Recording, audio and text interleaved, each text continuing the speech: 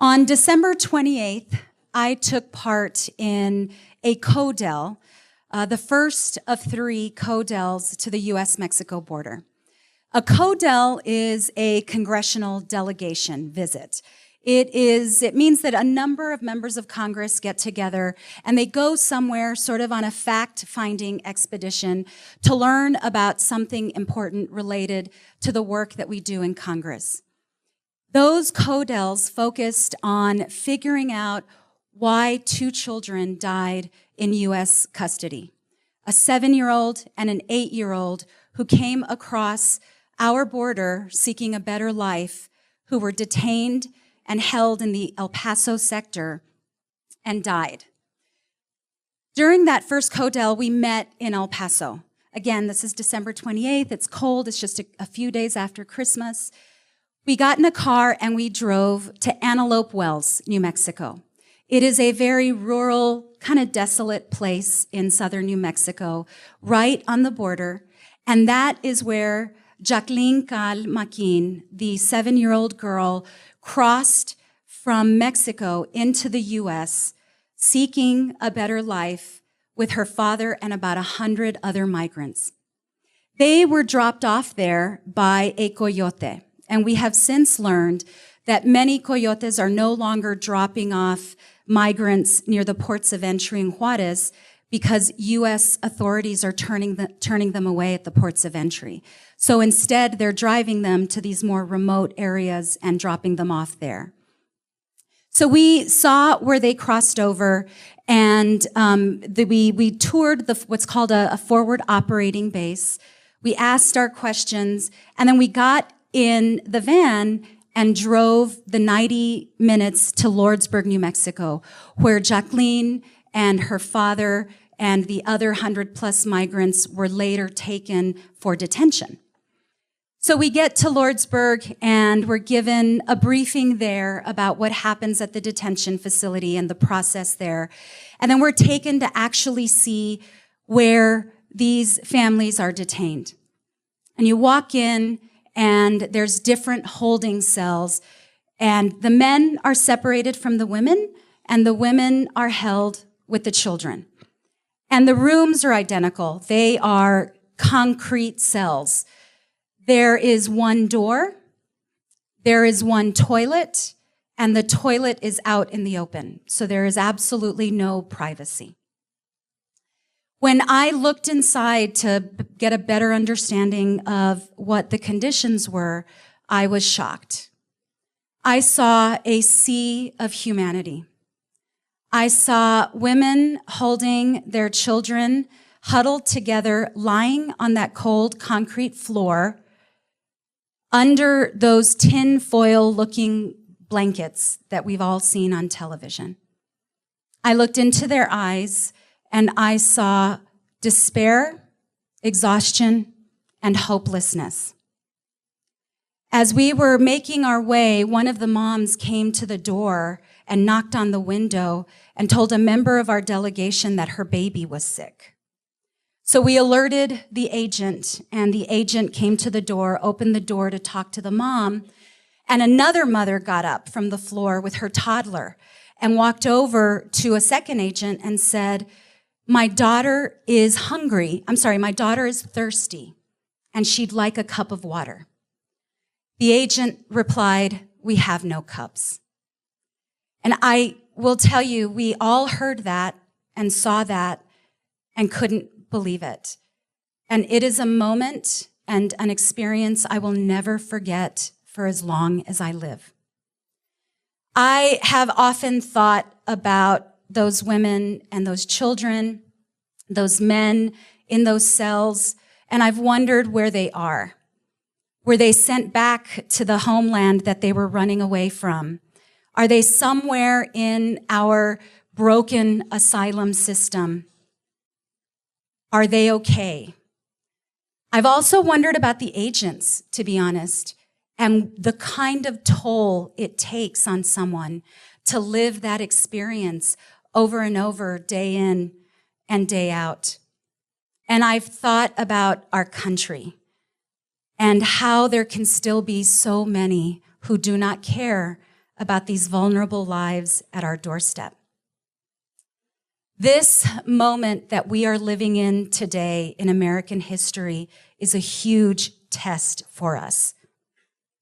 And I don't mean just us in terms of the members of Congress or us here in this room, here on this border, but I mean us as a country, as Americans.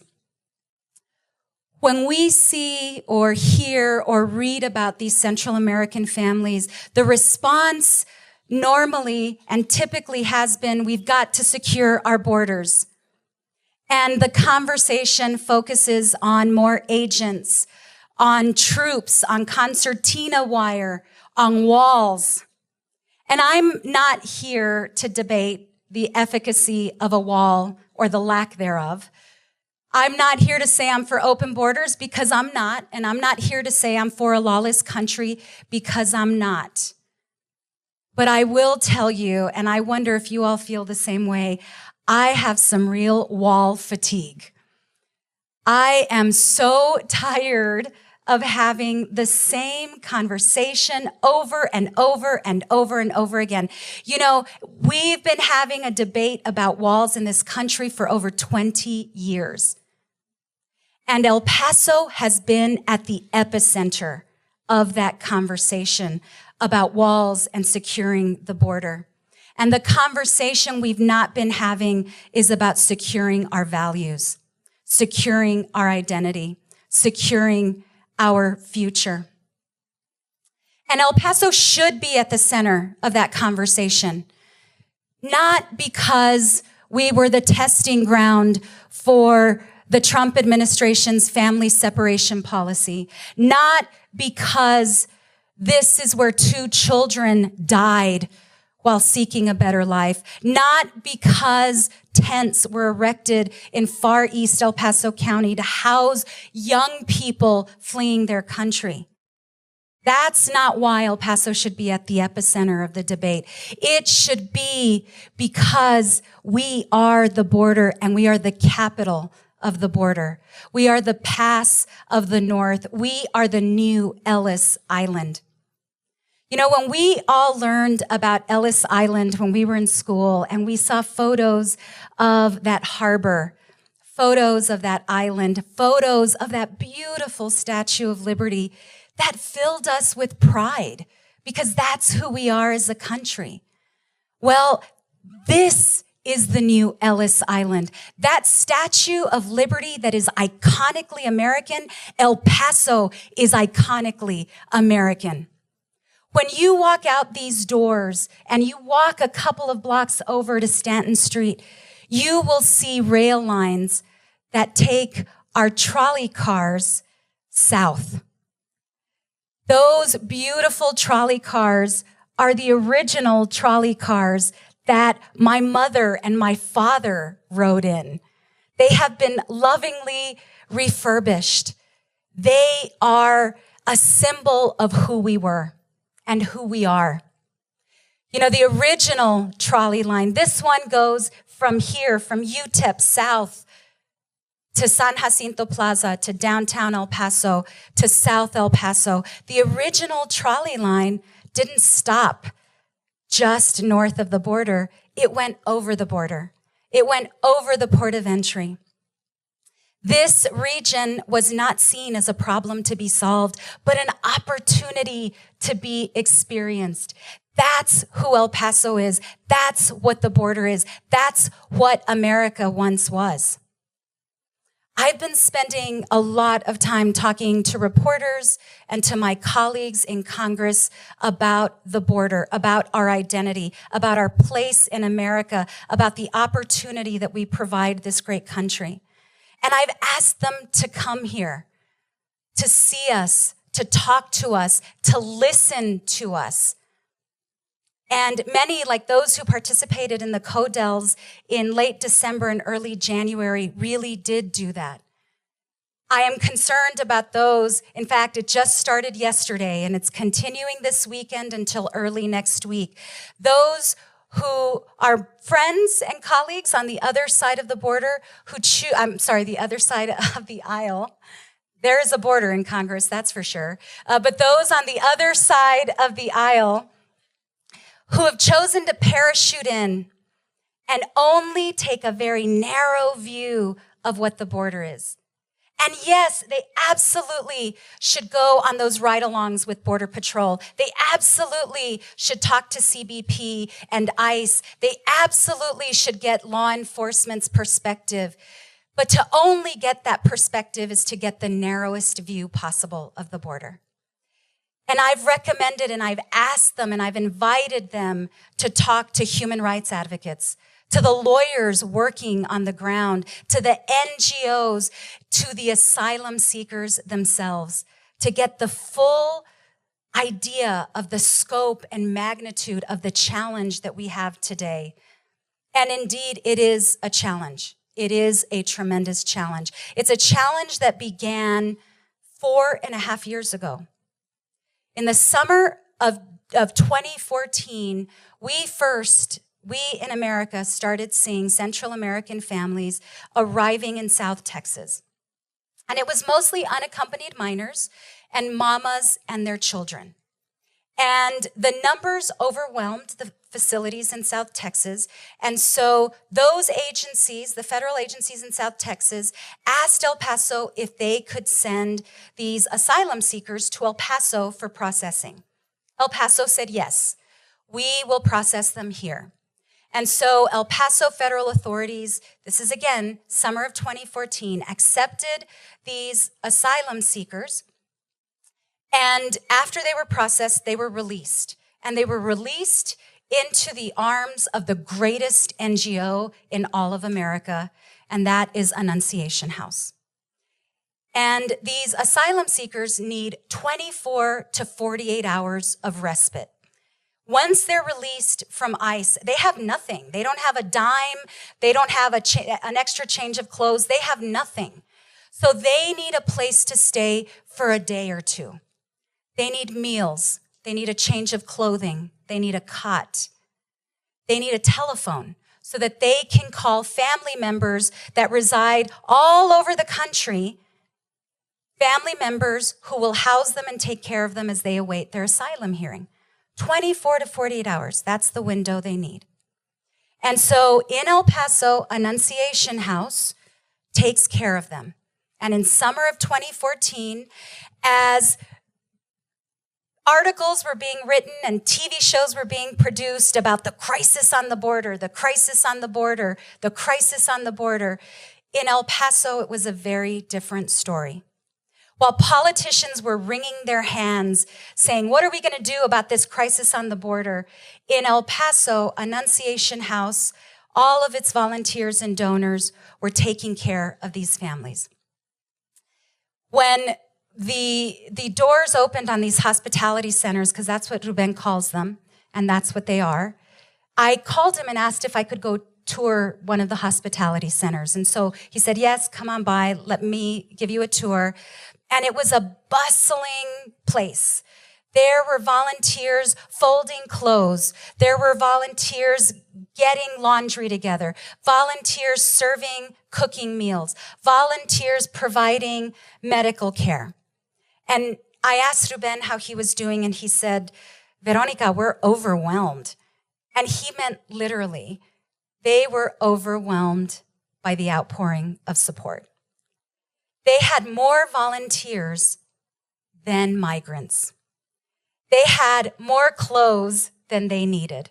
They had a room stacked with cases of water. That is El Paso. That is the border. That beautiful, generous response. And that was 4.5 years ago. And the numbers have not slowed down. Here we are, a few months away from the 5th anniversary of those first arrivals, and our government has responded so inadequately that we've done absolutely very little to stem the flow of families running from their homeland. And mind you, we have played a role in what's happening in Central America. We have an obligation in what's happened in Central America, but we have done very little except call for more border security to keep these people out. And so as these numbers keep growing, however, we do have to realize that we've got to do something. You know, I get this daily text from Ruben about the numbers that day. How many people will be dropped off by ICE at a hospitality center that day? Yesterday, it was 336. The day before, it was 370. Every day, there's around the same time I get the text and I learn how many lives are going to be placed in his care that day.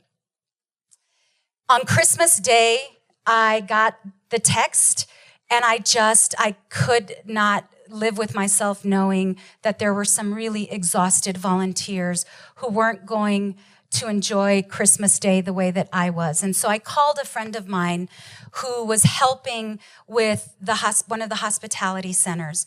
And mind you, this was day 3 of ICE dumping people at a Greyhound bus station.